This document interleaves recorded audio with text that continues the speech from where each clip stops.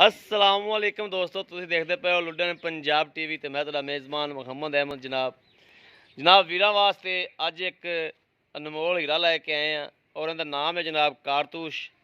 यह जनाब कुरबानी वास्ते वीरां वास्ते लैके आए हैं और जनाब डोगर साहब के डेरे ते इस टाइम मौजूद हाँ।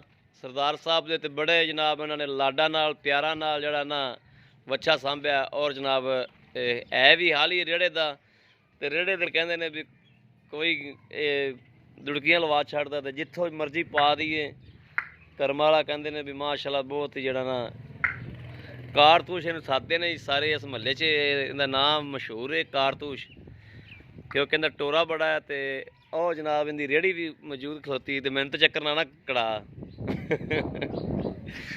बाकी जनाब वीरां दे सामने हर चीज़ कद इहदा खून पित इहदी जान शान इहदा वजन बड़ा भरा टोरीसम इहदा वजन मेरे वीर वेख लैन कि किन्ना को वजन है और कीमतों बहुत मुनासिब है, रेट भी बड़ा मुनासिब होगा। ये नहीं भी इहदा ना कारतूश है तो इहदे पैसे भी कारतूश वाले होण दे नहीं, इहदे पैसे जिहड़े लै लेने ने जिहड़े मकूल जे होण दे और रंग बड़ा सोहना है जनाब। रंग मेरे वीरां दे सामने है, रंग बड़ा सोहना माशाअल्लाह। और किसी मेरे वीर ने शकीन ने लैना होवे कुरबानी तो हट के भी किसी शकीन ने लैना होवे तो जनाब शकीन भी इहनूं लै सकदा रख सकदा और अल्लाह की मेहरबानी नाल रेड़े ते बड़ियां जनाब चस्सां करावेगा। जेड़ा आ पट्ठे शट्ठे वाला तो रेड़ा भरिया है उन तो गिड़े खुआ छड़ेगा ना। बाकी जनाब मेरे लैने तो नसीब की गल है, जेड़े मेरे वीर के नसीब च होवेगा लैना तो उन्हें। और कद कुद मेरे वीर वेख लैन है धन्नी दे विच क्रास है, धन्नी दे विच क्रास है।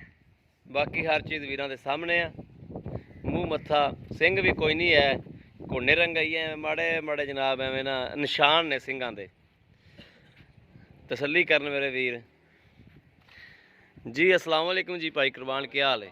ठीक ठाक जी भाई कुरबान। तुसीं इहदा नाम कारतूश क्यों रखा है? रेहड़ी दे विच बहुत शूटर भजदा जी। शूटर भजदा दुड़कियां छुड़कियां लवांदे रहिंदियां ते पट्ठे पुट्ठा जिड्डा भी रेड़ा भरिया होवे खिच लिया, मसला नहीं है, जिथे मर्जी पट्ठियां दा रेड़ा भावें अड्ड च खाड़े च पा दिओ बिल्कुल जी। आलिए। उंज मारदा मूरदा तो नहीं? कोई रौला नहीं आएगा जी, लत्त भी नहीं चकदा सील साहब है, कील साहब है। ठीक हो गया तो माशाल्लाह बड़ा सादा जा फिर। हाँ। अच्छा इहदे भाई कुरबान किन्ने पैसे लेने ने? पक्का जेड़ा वीरे 1,35,000 रुपया लेना। 1,35,000 रुपया। इहदा वजन किन्ना को होएगा? वजन इस टाइम तकरीबन 3.5 मन तो ऊपर है जी। 3.5 मन तो ऊपर है, हाँ जी। यानी कि 4 मन होएगा हाँ जी इंशाल्लाह। इंशाल्लाह, ठीक हो गया।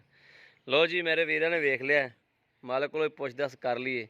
असल तो मेरा कोई वीर भरा कोई शकीन होवे ना जी रेड़े रूड़े वास्ते जिन्हें घर रखना होवे डंगरां दे विच जनाब, असल तो मेरा वो वीर भरा लवे, क्योंकि बहुत ही जनाब लाडला जहा है सोहल जहा है तो रेड़े रूड़े वास्ते जरा ना बड़ा ही जनाब शेर है। और ना ये मारे ना लैन ना देनी, इहो जे बच्चे घर दे विच जनाब चंगे हुंदे ने।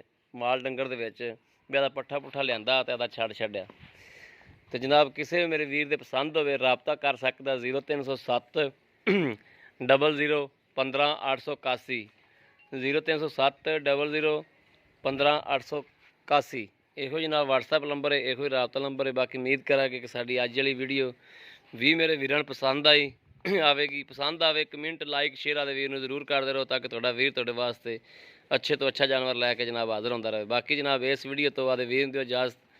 अल्लाह निगहबान, पाकिस्तान जिंदाबाद।